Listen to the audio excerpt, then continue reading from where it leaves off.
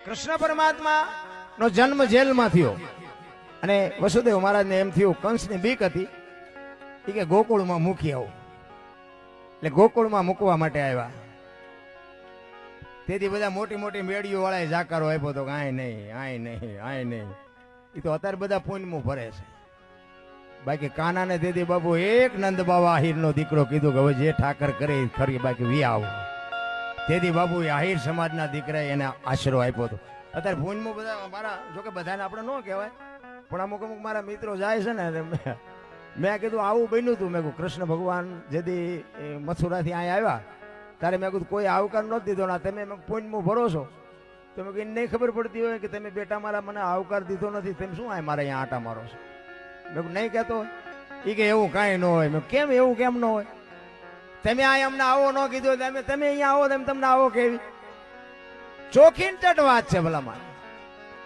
ઈ કૃષ્ણ પરમાત્માને કંસની બીકથી નંદ બાવાને અહીંયા મૂકવા માટે ગોકુળ આવ્યા અને અહીંયા 11 વર્ષ 52 દિવસ કૃષ્ણ પરમાત્મા રોકાય છે. અને પછી વસુદેવ સમાચાર મોકલે છે કે હવે કાના વગર અમને ગમતું નથી, હું અક્રૂરને રથ લઈને મોકલું છું અને તમે કાનાને મોકલી આપજો. બેકિંગ મજા નથી આવતી. કાનાને તમે મોકલી આપજો, હું રથને મોકલું છું. આટલા સમાચાર સાંભળે અને માં જશોદાના કાળજા થડક ઉથડક મંડ્યા થવા. હો ભાઈ, અરે મારા બાપ, તમે નો શું પ્રેમ કરવાના હતા? એ કૃષ્ણે જે ગોકુળ હારે પ્રેમ કર્યો છે ને રામ, કવિઓ નોંધ નથી કરી કે સાચી નોંધ નથી થઈ ભાઈ. નંદ બાવા અને માં જશોદાના બેયના કાળજા ઈ કહેવા આજ નહીં તો કાલ, આજ નહીં તો કાલ રથ આવી જાહે, કાનાને લઈ જાહે, કાનાને લઈ જાહે. એ કૃષ્ણ પરમાત્માને જશોદામાં ખોળામાં બેહારી અને કહે છે, કાના, કાના તને લેવા આવે છે, પણ તું તારી માને એમ ન કહેતો કે મને માર્યો તો, મેં તને હેરાન કર્યો, એ તું માને કહેતો નહીં બાપ. નકર એને એમ થાય કે હું એની જનેતા છું ને, એ તો ગમે એમ તો પારકી માં કહેવાય.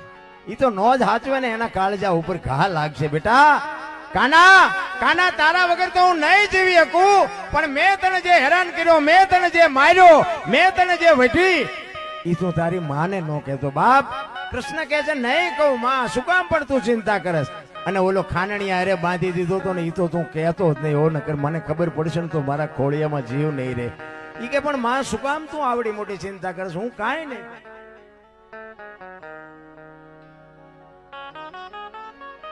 એટલે ઈ કે માં હું કાંઈ નહીં કહું. અને અક્રૂર બાપુ રથ લઈને આવ્યો. આખા ગામમાં ખબર પડી ગઈ, કૃષ્ણ જાય છે, કૃષ્ણ જાય છે. બાપુ ગાયું, ગોવાળિયા, કૂતરા, બેનો, ગોપીઓ ગાંડી તૂર થઈ. હો ભાઈ, રાધાજી વિચાર કરે છે કે દુનિયા ગમે એ કરે, હવે મારે કાનાને મળવા એકવાર જાવું છે. ઝાંપે કાના નો રથ નીકળશે એટલે ઝાંપે જઈને ઉભી રહો. એ રાધાજી ત્યાં જઈને ઉભા રહ્યા અને ત્યાંથી રથ નીકળ્યો. એટલે બાપુ દ્રષ્ટિ બેની વાત કરી લે, મોઢેથી એકે બોલ્યા નથી, પણ રાધાજી બાપુ એટલું જ દ્રષ્ટિથી કહે છે, કાના, કાના હવે હું ક્યાં જાઉં? અને કૃષ્ણ પરમાત્માની આંખમાંથી આહુડા પડી ગયા. અને એ એમ કહે છે કે રાધા, રાધા, આખી દુનિયામાં મારું જ્યાં ભજન થાય ને ત્યાં પહેલા તારું નામ લેવા છે. આજની દુનિયામાં બાપુ તો રાધે કૃષ્ણ કહે છે આખી દુનિયા. મીરાએ એટલો પ્રેમ કર્યો, મીરાને કૃષ્ણ કોઈ કહેતું નથી. રૂક્ષ્મણી એમના અડધું અંગ હોવા છતાં રૂક્ષ્મણી કૃષ્ણ કોઈ કહેતું નથી, પણ આખી દુનિયા કહે છે રાધે કૃષ્ણ, રાધે કૃષ્ણ. અને ત્યાંથી રથ લઈને નીકળી જાય અને ઘરે આવે. ઘરે આવ્યા પછી એને કૃષ્ણ પરમાત્માને બાપુ મથુરામાં ક્યાંય ગોઠતું નથી. અને એક દિવસના સમયે એને એમ થયું કે હવે મારી આ વેદના હું કોને કહું? કારણ કે ગોકુળ એને રાતને દી હક નથી લેવા દેતું.